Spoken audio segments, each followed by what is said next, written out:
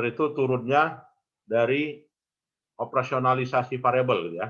Artinya dalam operasionalisasi variabel gitu ya, itu harus jelas ya, mana dimensi, mana indikator, mana instrumen. Ya kan? Dan tertuang nantinya di instrumennya berupa kuesioner ya. Jadi kuesioner itu harus bernilai atau pilihannya adalah harus bernilai ganjil ya, bukan genap. Ya, ya. Nah, berikutnya dilakukanlah uji validitas dan reliabilitas ya. Jadi uji validitas dan reliabilitas ini hanya ada pada data primer ya. Data primer. Jadi data sekunder tidak ada ya. Artinya data yang bersumber dari pihak ketiga tidak ada melakukan uji validitas dan uji reliabilitas gitu ya. Artinya uji validitas itu apa? Yaitu menguji butir-butir item pertanyaan gitu ya. Apakah bisa diandalkan ya, bisa menggambarkan variabel yang digunakan ya. Uji reliabilitas itu uji apa? Ya uji keandalan ya.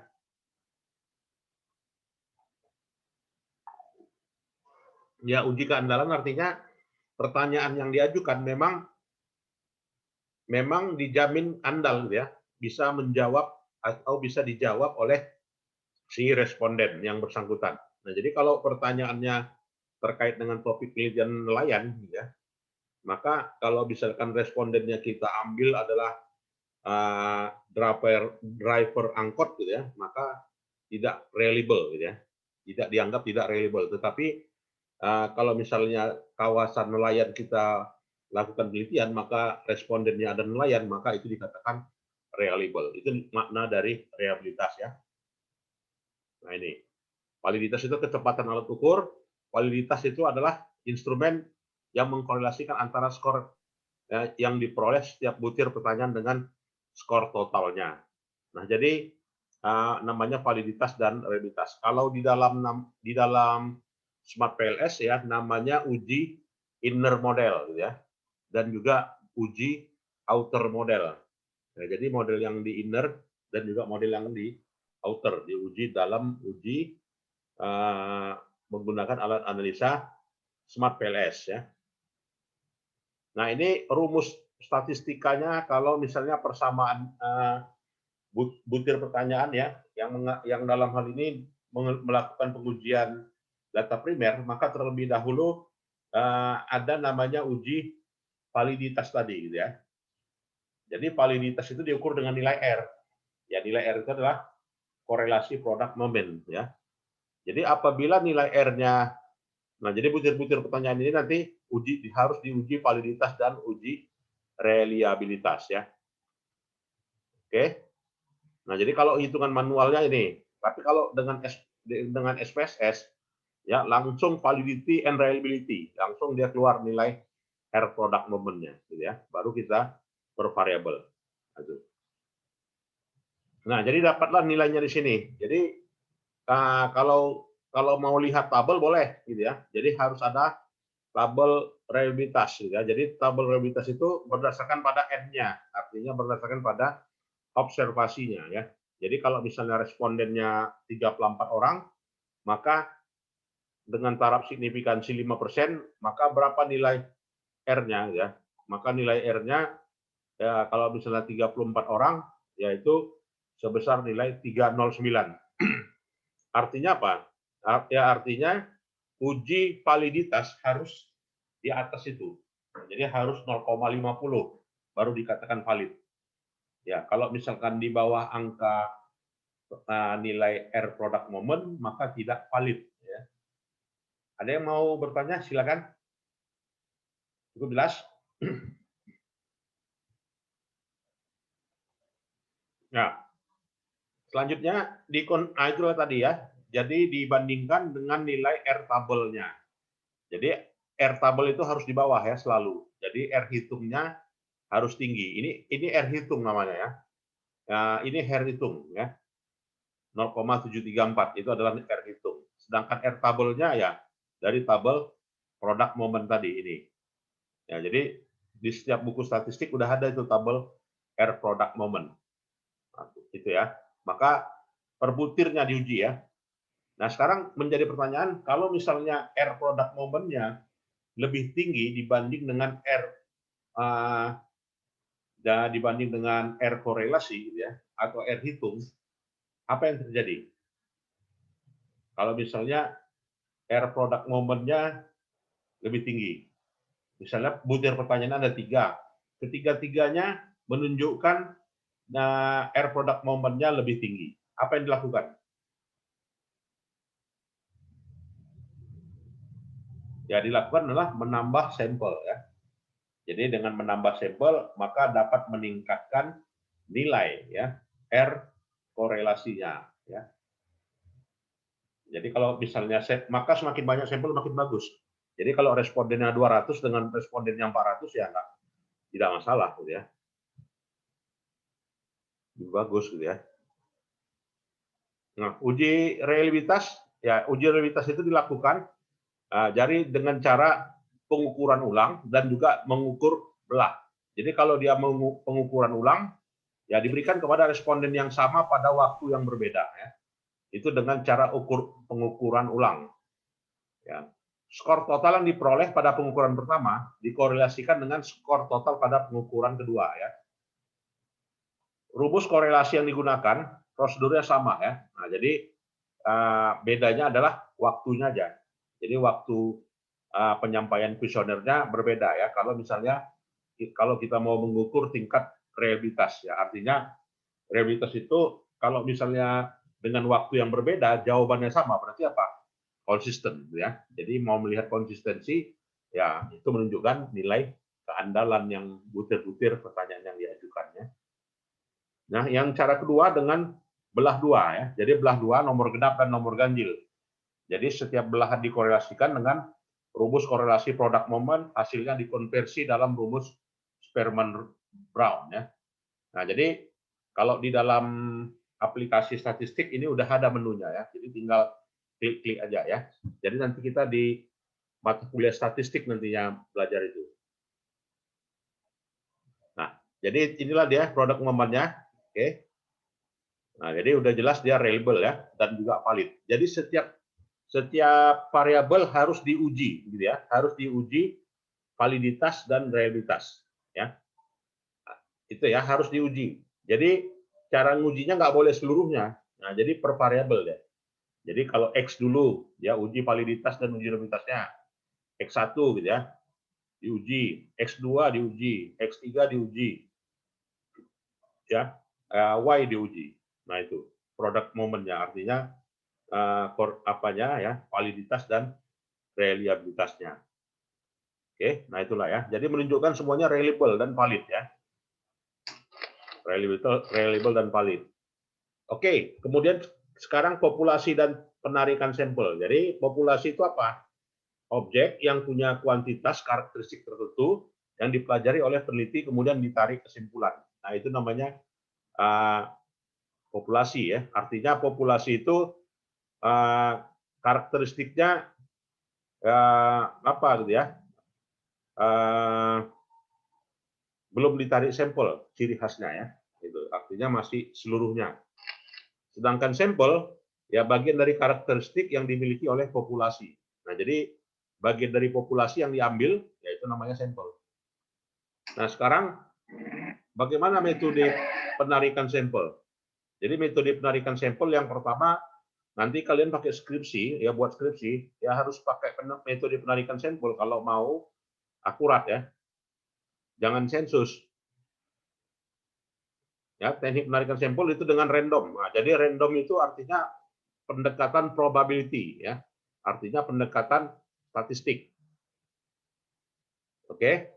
Jadi ada simple random sampling, ya, ada systematic random sampling, ada stratified random sampling, ada cluster random sampling, ya. Sedangkan yang non random itu adalah snowball sampling, ya.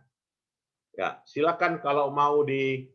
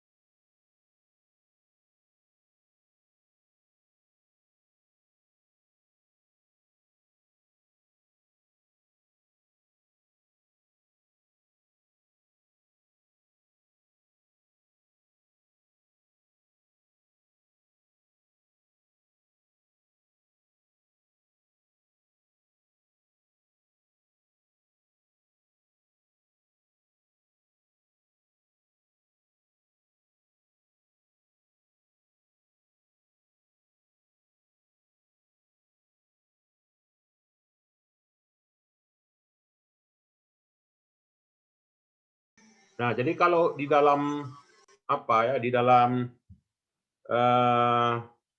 nilai sebuah penelitian ya, yang paling baik itu adalah yang pendekatan random ya. Artinya apa? Semua dari unsur populasi memiliki kesempatan yang sama untuk terpilih gitu ya. Baik itu dia simple random sampling, nanti lihat buku statistik ya, bagaimana simple random sampling, ya bagaimana systematic random sampling, bagaimana stratified random sampling, dan juga bagaimana cluster random sampling. Nah itu ya. Jadi kalau kalian mau nyusun skripsi, ya pakai yang apakah simple random, apakah systematic, apakah stratified, apakah cluster ya, disarankan. Ya, kemudian kalau misalnya sampelnya tidak bisa ditarik dengan random, maka dengan non random. Ya, artinya ini adalah pendekatan judgment. Ya, artinya pendekatan non probability. Ya, jadi kalau dia pendekatannya non probability, nilai ilmiahnya lebih rendah dibanding yang random gitu ya. Jadi yang non random itu dengan snowballing sampling, kuota sampling, ya convenience sampling, purposive sampling, dan lain-lain gitu ya. Nah, jadi apa itu definisinya silakan cari nanti ya di buku. Nah, ini dia, simple random itu adalah memilih satuan sampel sedemikian rupa sehingga setiap satuan sampel dalam populasi punya kesempatan yang sama ya untuk terpilih di dalam sampel gitu ya. Gitu. Oke. Nah, ini contohnya. Nah, jadi apakah dia dari nomor 6 gitu ya, sampel 3 yang terpilih gitu ya. Karena apa? Di buku penarikan sampel nomor ini gitu ya. Ya, systematic random sampling adalah cara pengambilan sampel di mana hanya anggota sampel pertama yang dipilih secara random. Sedangkan anggota sampel berikutnya dipilih secara sistematis menurut pola tertentu ya. Nah, contohnya ini sistematik. Nah, jadi ada ya sampel pertama 5, sampel kedua 15, ya sampai sampel 10 95. Nah, inilah yang terpilih. Ya, artinya ini dia sistematik dia ya. Meningkat terus ke di atas ya. Jumlahnya terpilihlah sebesar ini gitu ya. Stratified. Nah, kalau dia stratified dia berstrata. Yang strata satunya terpilih, yang strata duanya terpilih sebesar itu, yang strata tiga yang terbesar dipilih sebesar itu. Total 450 ya. Populasi. Nah, jadi cluster random sampling itu pengambilan sampel di mana randomisasi dilakukan terhadap kelompok ya, bukan para anggota populasi. Jadi kelompoknya dilakukan pengambilan sampel secara acak. Nah, jadi di situ per kelompok M2, M1, M3 gitu ya. Nah, ini dia diacak. M2 yang kebetulan terpilih, M4 ya kan atau M7. Nah, inilah klaster yang terpilih. Sehingga itulah dikatakan dengan cluster random sampling. Nah, jadi dia per cluster ya pengambilannya. Nah, pengambilan sampel yang tidak acak ya dengan snowballing, ya dengan kuota sampling, dengan convenience sampling, dengan purposive sampling. Nah, jadi kalau misalkan dengan kriteria, dengan judgment, ya inilah semuanya gitu ya. Artinya nggak bisa lagi pakai pendekatan probability ya non probability, tapi lebih rendah derajat ilmiahnya ya.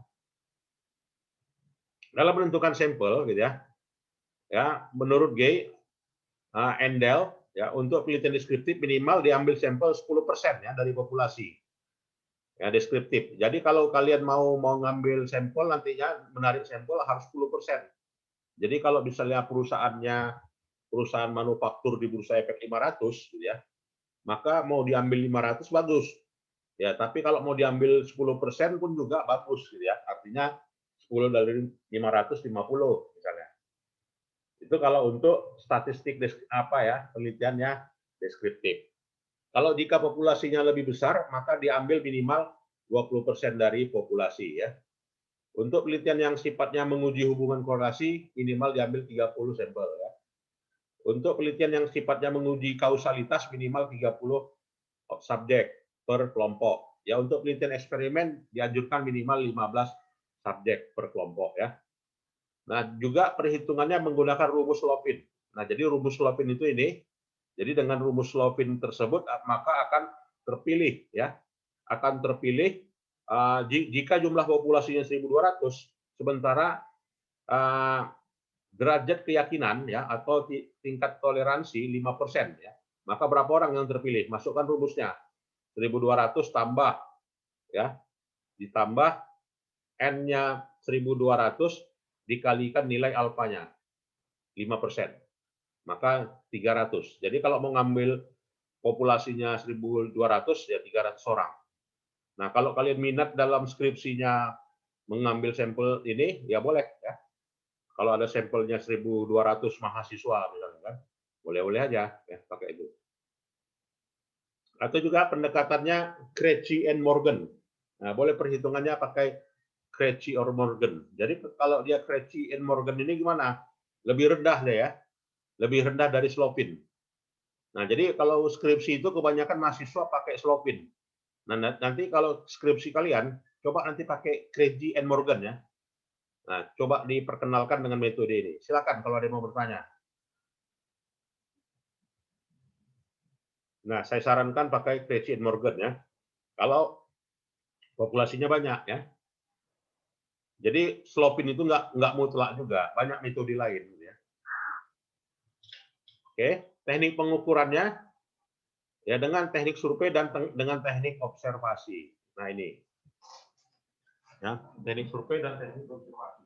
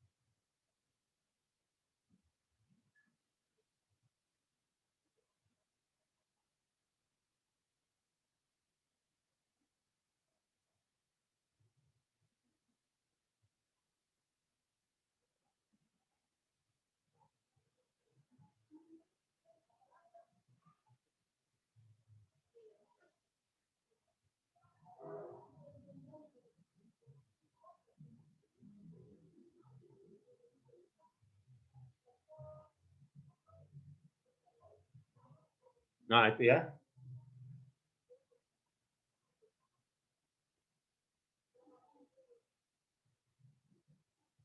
Jadi dengan kuesioner bisa, wawancara bisa, secara langsung bisa, dengan bantuan alat bisa ya.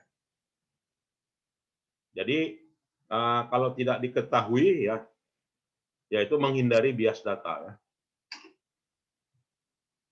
Nah kemudian teknik analisa data. Jadi teknik analisa data ditentukan oleh faktor ya tujuan studi ya, skala ukur, itu sangat menentukan teknik analisa data apa yang mau digunakan ya, dan juga jumlah variabel. Ya kalau misalnya tujuan studi itu menguji hubungan, ya misalnya ada kata hubungan gitu ya, maka tidak tepat menggunakan uji regresi karena uji regresi adalah uji pengaruh. Ya kalau menggunakan uji hubungan. Tapi kalau mau melakukan uji pengaruh dan masing-masing variabelnya memiliki apa yang dikatakan dengan variabel observed dan juga variabel manifest, maka pendekatannya adalah pendekatan struktural equation modeling. Ya. Nah, kemudian juga kalau skalanya, ya kalau skala Y-nya, skala dependennya adalah skala nominal, ya kan, maka tidak tepat menggunakan uji regresi berganda. Tidak tepat menggunakan uji struktural equation modeling, tapi lebih tepat menggunakan uji apa? Uji logistik ya. Kalau misalnya Y-nya adalah nominal ya, skala nominal. Jumlah variabel ya. Jadi jumlah variabel banyak, maka menentukan juga alat ujinya. Jadi pakai pendekatan SEM ya, misalnya kalau menggunakan beberapa indikator-indikator ya. Nah, jadi analisa regresi inilah dia uji hubungan. Jadi analisa regresi penelitian tentang pengaruh motivasi, ya pengaruh ya, perilaku. Nah, jadi kalau uji regresi itu adalah uji linearitas. Nah, jadi kalau dia mau menguji regresi, boleh kita pakai alatnya SPSS, dan boleh kita pakai alatnya Ibius, ya, boleh kita pakai alatnya Amos, gitu kan, boleh kita pakai alatnya Listrel, ya boleh kita pakai alatnya statistik R, ya boleh kita pakai alatnya, banyak lagi ya alat-alat statistik. Saya menantang mahasiswa supaya menggunakan alat statistik yang baru ya kalau dalam menyusun skripsi. Apalagi kalau bimbingannya dapat saya ya, maka saya menganjurkan mahasiswa pakai statistik yang baru. Ya, kalau cara menggunakannya mudah ya, tinggal belajar aja di tutorial YouTube. Ya, sekarang ini enak belajarnya. Kalau dulu dia harus beli buku gitu kan, harus ikut mailing list, nah, ribet gitu ya. Kalau sekarang udah tinggal buka YouTube, tinggal denger gitu ya. Nah, jadi regresi itu uji pengaruh itu inilah ya, Y sama dengan alfa tambah B1 X1 tambah B2 X2 tambah B3 X3 ya. Di mana Y-nya itu adalah variable dependent ya. X1 sampai X3-nya variable independent ya. B1, B2, B3-nya itu adalah koefisien. E itu adalah variabel pengganggu. Ada yang mau ditanyakan? Silakan. Kok lebih nyengat ini, Mi? Silakan. Hah?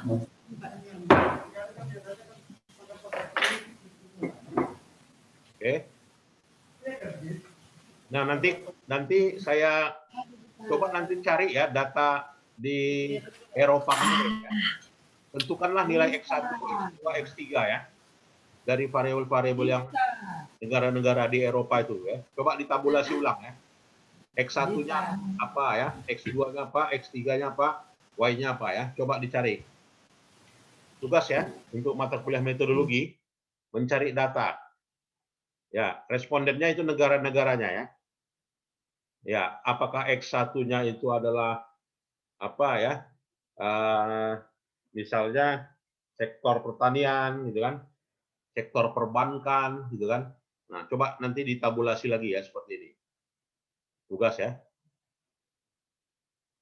Nah, kalau dia regresi gitu ya, itu nanti menggunakan SPSS ya ada namanya unstandard desired coefficient. Nah, jadi unstandard desired coefficient inilah yang menjadi estimasi persamaan. Nah, jadi ini adalah konstanta ya 0,672-nya. Oke, 365-nya itu adalah nilai nilai koefisien X1 ya 209 koefisien X2 187 koefisien X3 ya. Silakan kalau ada yang mau bertanya. Ya, di mana masing-masing dari variabel X1 itu berpengaruh ya. Kenapa? Signifikansinya 0,00 dan nilai T hitungnya 84892. Nah, jadi tugas di rumah juga selain data tambah ya. Coba lakukan uji hipotesa. Ya, uji hipotesa ya menggunakan T-tabel dengan T hitung. Ya, menggunakan T-tabel dengan T hitung sehingga mana yang hipotesanya H0-nya ditolak dan HA-nya diterima ya. Dengan menggunakan T-tabel dan T hitung. Nah, kalau ini kan dia menggunakan signifikansi ya. Ya, ini T hitungnya tahu, T-tabelnya nggak tahu. Nah, coba tugas di rumah cari nilai T-tabelnya. Ini. Berapa nilai T-tabelnya? Lalu buat keputusan apakah H0 ditolak, apakah HA diterima ya. Silakan. Nah, kemudian juga apabila menggunakan lebih dari satu variabel independen, maka dilakukanlah uji variasi hubungan, namanya adjusted R-square.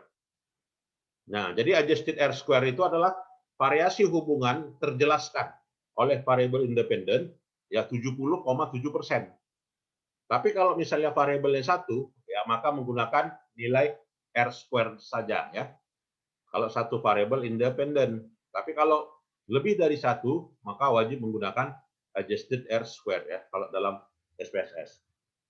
Cuma nanti kalau skripsi jangan lagi pakai SPSS gitu ya. Ini udah 20 tahun lalu pun orang pakai ini. Nah, jadi banyak yang stata ya, coba pakai yang baru-baru lah. Asal mau belajar ya. Silakan kalau ada yang mau bertanya. Pak, izin bertanya Pak, itu Silakan. tugasnya di per kelompok atau individu Pak? Individu. Ya, individu nanti dirarkan ya, di submit di Google Classroom. Baik Pak. Ya. Kemudian uji model ya. Jadi uji model di sini, nah uji model itu adalah uji koefisien regresi secara simultan. Jadi uji simultan, uji F namanya. Serempak ya. Bersama-sama ya. Signifikan bersama-sama. Tapi secara parsial namanya uji T. Ya, uji T. Nah, jadi X1-nya berpengaruh, X2-nya berpengaruh, X3-nya berpengaruh. Itu uji parsial namanya. Silakan kalau ada yang mau bertanya. Ada? Cukup jelas? Jelas ya. Nah, setelah itu menentukan pengaruh variabel yang dominan ya. Jadi terlihat ketiga-tiganya dia berkoefisien positif. Ya, berkoefisien positif itu menunjukkan bagaimana setiap naiknya satu variabel X3, maka nilai Y-nya naik juga. Nah, jadi kalau dia negatif baru setiap naik X3, nilai Y turun sebesar satu satuannya. Gitu ya. Baik, ada yang mau ditanyakan silakan. Nah, saya sampai di sini dulu ya. Artinya uji PET-nya nanti minggu depan lah ya. Jadi ujiannya saya minta itu tadi ya. Pertama data Eropa tadi ya. Tentukan nilai X1, X2, X3-nya dari yang kalian ambil. Dan Y-nya juga ya, ditabulasi. Tugas satu ya. Tugas keduanya adalah ya coba lakukan uji regresi. Ya, uji regresi nantinya ada yang menghasilkan uji T. Ya, dari uji T itu gunakanlah tabel T tabel dan juga T hitung. Dan jawablah hipotesanya. Apakah H0 ditolak, apakah HA diterima ya. Baik, silakan kalau ada yang lain. Nanti PET minggu depan ya, kita lanjutkan. PET ini ya, analisis. Kalau nanti diteruskan, bingung. Ada yang mau ditanyakan, silakan, adik-adik sekalian. Cukup jelas ya? Ya, cukup jelas dan mudah kok. Oke, baiklah. Itu saja perkuliahan kita ya. Karena tidak ada yang mau bertanya, gitu. Jadi inilah perkuliahan kita pagi ini. Boleh dipoto ya. Siapa yang hadir, silakan.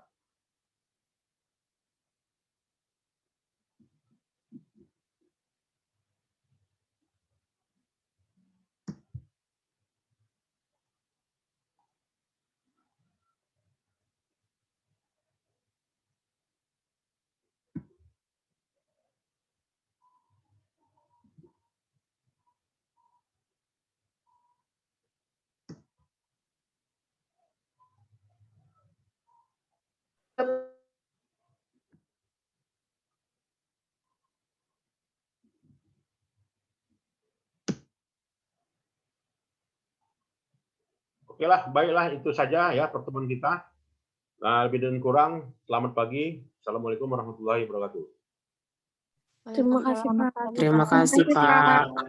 Waalaikumsalam. Terima kasih, Pak. Terima kasih, Pak. Terima kasih, Pak. Terima kasih, Pak. Ya, bujur.